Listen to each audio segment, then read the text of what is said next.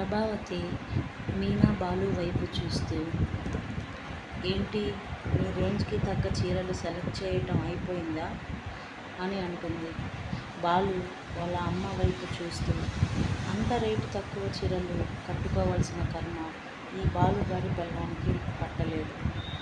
బాలుగాడి పెళ్ళానికి ఇంట్లో కట్టుకునే మామూలు చీరలు చాలు అని ప్రభావతి అంటుంది. ఇంతలో బాలు, అదేదో పెళ్ళం సంపాదన మీద బ్రతికేవాడికి కొను అంటాడు. ఇంతలో ప్రభావతి, రేయ్ అంటుంది. తీస్తే ఇద్దరి కోడలకి సమానంగా తీసివ్వు అని అంటాడు బాలు. ఇంతలో రోహిణి, ఎక్కడ ఎలా ప్రవర్తించాలో తెలియని అడవి మనుషులు అని అనగానే మీనా, మా ఆయన సంపాదనతో కొనిస్తాను అంటున్నాడు. అంతలో బాలు, ఫ్రీగా వస్తే ఫెనైల్ తాగే వాళ్ళతో మనకేంటి అంటాడు మీనాతో.